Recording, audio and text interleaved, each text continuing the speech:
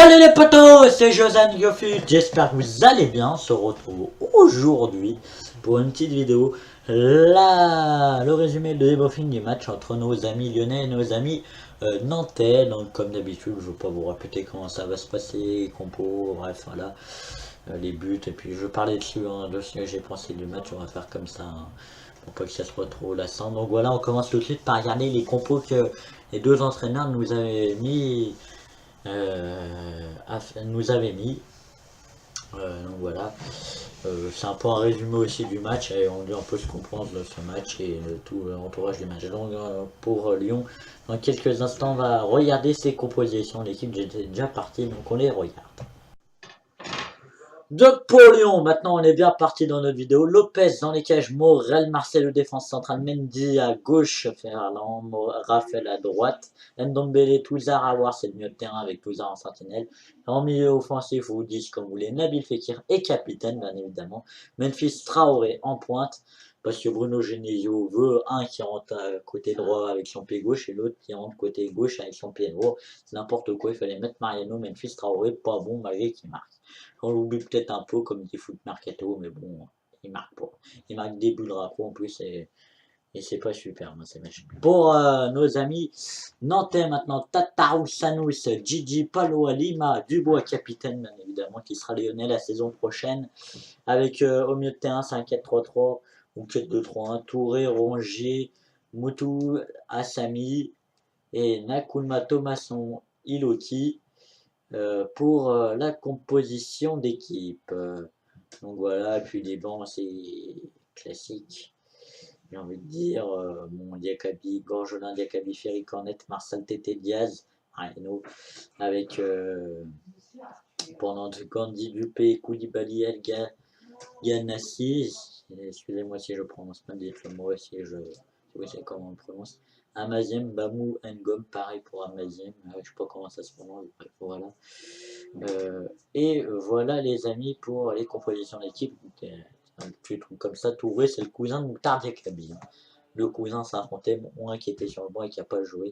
Maintenant on va regarder les buts et puis voilà.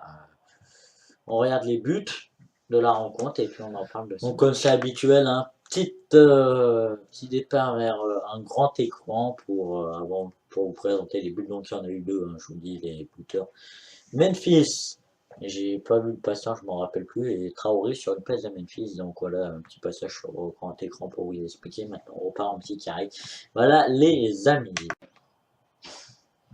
Donc l'ouverture du score, et puis qu'est-ce que j'ai pensé de ce match, j'en reparlerai un peu après les buts. Hein. Donc ma feuille, je sais pas où j'ai mis, donc oui, c'est pas superbe le match. Alors beaucoup de déchets techniques côté lyonnais, passe raté surtout en défense et dans l'axe, centre aussi. Voilà, donc je veux bien parler de ça, hein, j'avais marqué. Dans l'axe, c'est pas normal en tant que joueur professionnel de faire tant d'erreurs sur les passes. Les buts de défi, j'aurais pas tout le temps de dire ce que je voulais, j'en parlerai après. Moi. Donc voilà, c'est pas normal du tout, du tout, du tout. Après, bon, Lyon domine, possession en termes d'occasion, voilà. Beaucoup trop d'occasions ratées aussi côté de nos amis lyonnais. Même et trop de corners ratés et de coups francs aussi, c'était très mal tiré. Même les Nantais ont eu quelques occasions qu'ils n'auraient pas dû rater, hein, j'ai noté. Non, non, c'est de chaque côté, il y a beaucoup de corners et de coups francs ratés. Oui, donc après ça en parlera, j'ai marqué plein de trucs. Ah oui, plus on parlera du scandale du bois, tout ça. Donc 73 minutes, il n'y a pas eu de changement pour Monsieur Bruno Genesio, comme par hasard. Alors, ça, j'en parlerai aussi après, on parlera du match, après on parlera des ce qui entoure le match. Premier changement côté lyonnais après 75 minutes et le deuxième après 78 minutes. Alors que les Nantais après 75 minutes avaient fait leurs trois changements. Je tiens à dire. Voilà. Fekir n'a pas été superbe aussi, j'ai noté. Même à 15 minutes du terme du match et à 2-0, les Nantais sortaient pas, c'est ce qui est bizarre. Moi, j'ai pas. Voilà, maintenant on va parler un peu plus gros. Donc oui, tu avais Nantes qui jouait la défense et tu avais Lyon qui essayait d'attaquer tout ça. Et j'ai trouvé, malgré depuis 4-5 matchs, Lyon arrivait mieux face aux équipes face aux équipes regroupées, ça va de mieux en mieux. Hein. Et puis, donc, oui, une équipe qui joue la défense, et, à mon avis, après 75 minutes, à 15 minutes du terme, 75 minutes, il y avait 2-0, ils y croyaient peut-être pas, malgré qu'un but aurait pu les relancer à un moment. Il y a eu la petite occasion, voilà. Et encore, bon, lui, on a dominé quand même, mais bon, voilà. Bon, on va pas parler trop, c'était un match pas terrible à regarder, ça aurait pas été mon club de cœur, j'aurais fermé la télé. Hein, parce qu'il était pas superbe le match, j'ai envie de dire. C'était nul à regarder, je sais pas comment dire, il y avait pas. Malgré qu'il y a eu quelques occasions côté lyonnais, il y avait pas. Ça s'enflammait pas, match s'enflammait pas d'intensité, tout ça. Et une équipe qui joue la défense, une qui essaye d'attaquer et qui n'arrive pas, enfin, c'est saoulant au bout d'un moment, quoi. Voilà. Donc maintenant, on va parler de. J'avais noté quelques trucs. Euh, Ah oui, Dubon, on l'a pas vu. Ouais, il y avait eu une affaire là. Enfin, Ranieri avait décidé de le mettre. Valdemar, qui était le président nantais, voulait pas le mettre.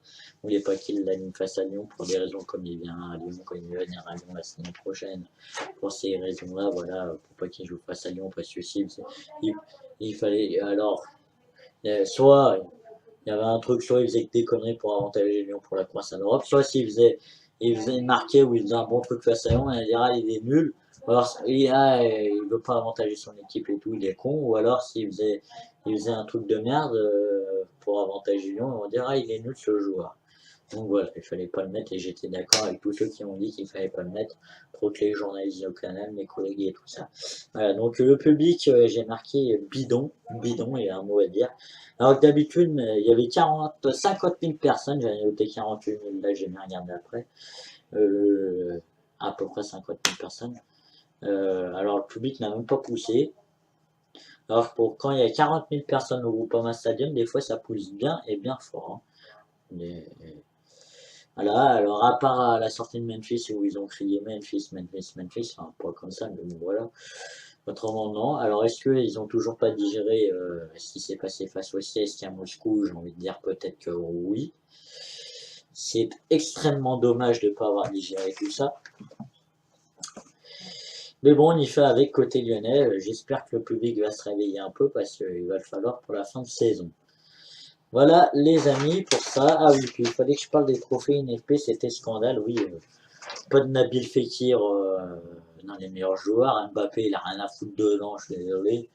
Devant la rigueur, mais bon, Neymar, pour moi, j'aurais pas foutu. J'aurais été l'UFNFP, vous allez me dire, ah, t'as tort, ferme ta gueule, machin. Non, je suis pas d'accord, j'aurais pas foutu. Ok, il marque des buts, il fait des passes, mais c'est que contre des petits clubs, et ça fait 4 mois qu'il est pas là. Arrête, c'est bon.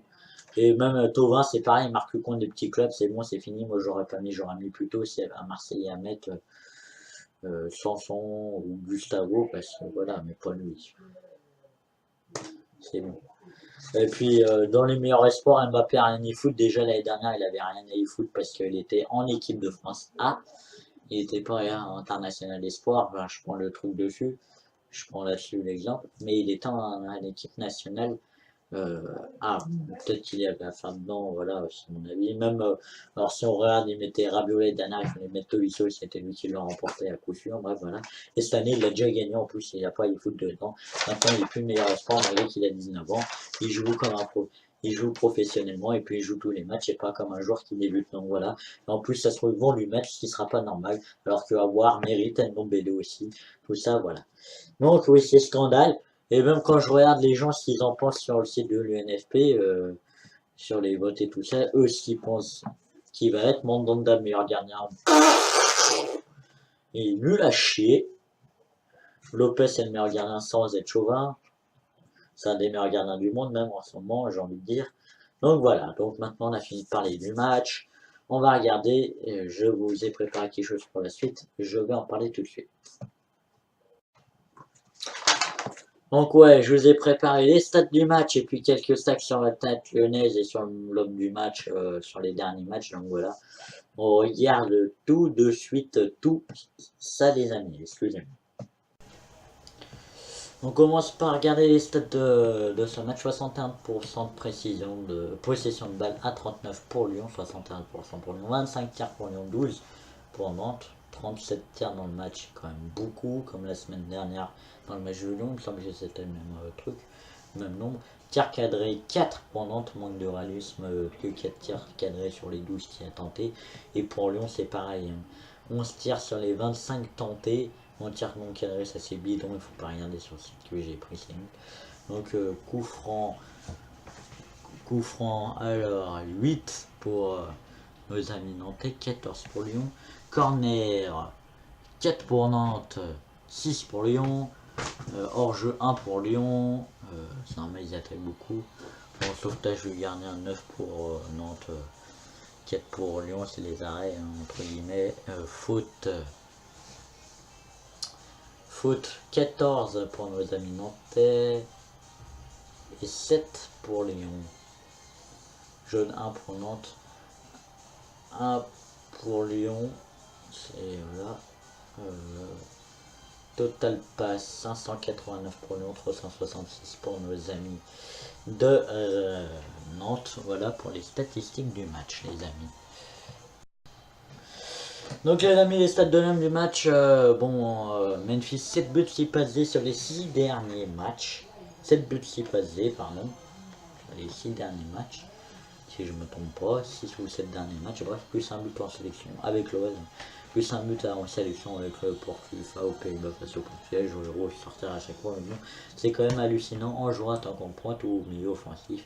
Je change à chaque fois la photo, bref, je change les stats à chaque fois qu'elles avancent. Bref, voilà les amis pour les stats de l'homme du match. Donc oui, très très bon joueur, peut-être en partance, mais je ne pense pas, hein, il restera à Lyon. Je pense pas que Jean-Michel Aulas va le laisser partir. Il sera lyonnais hein, la saison prochaine, vous en faites pas, hein, pour les supporters lyonnais, à mon avis, voilà. Pourquoi il partirait, je me demande, il est très bien à Lyon. Il s'est acheté son château comme il voulait, comme il avait en Angleterre, donc voilà les amis. Voilà, donc l'attaque lyonnaise, les amis, 79 buts, donc 40 à l'extérieur. En championnat, record battu sur une saison. Voilà, pour les Lyonnais. Seules 4 équipes, bon ça depuis 40 ans, que 4 de ces attaquants ont marqué au moins 10 buts en cette saison en championnat. Donc Traoré a encore monté 11 buts. Memphis aussi, donc voilà, très belle attaque. Le record est battu d'ailleurs. Et je voudrais qu'ils battent ce record de buts à l'extérieur qui est de plus de 50 je sais plus de 40 buts. 45 buts puisque Lyon en a marqué 40 à l'extérieur. Et du coup, c'est 45 buts, c'est Paris, le RC Paris ou Paris FC à l'époque qui avait marqué le plus de buts à l'extérieur. Et Lyon a plus que 5 ou 44, Lyon a plus que 45, 5 buts à marquer face à Strasbourg à l'extérieur avec la belle dynamique à l'extérieur, je m'en fais pas. Donc voilà les amis, pour ça on va tout de suite passer au mot de la... Donc voilà les amis, j'espère que cette vidéo vous aura plu, mettez un maximum de likes, abonnez-vous, commentez la vidéo et je vous dis à la prochaine les amis, salut.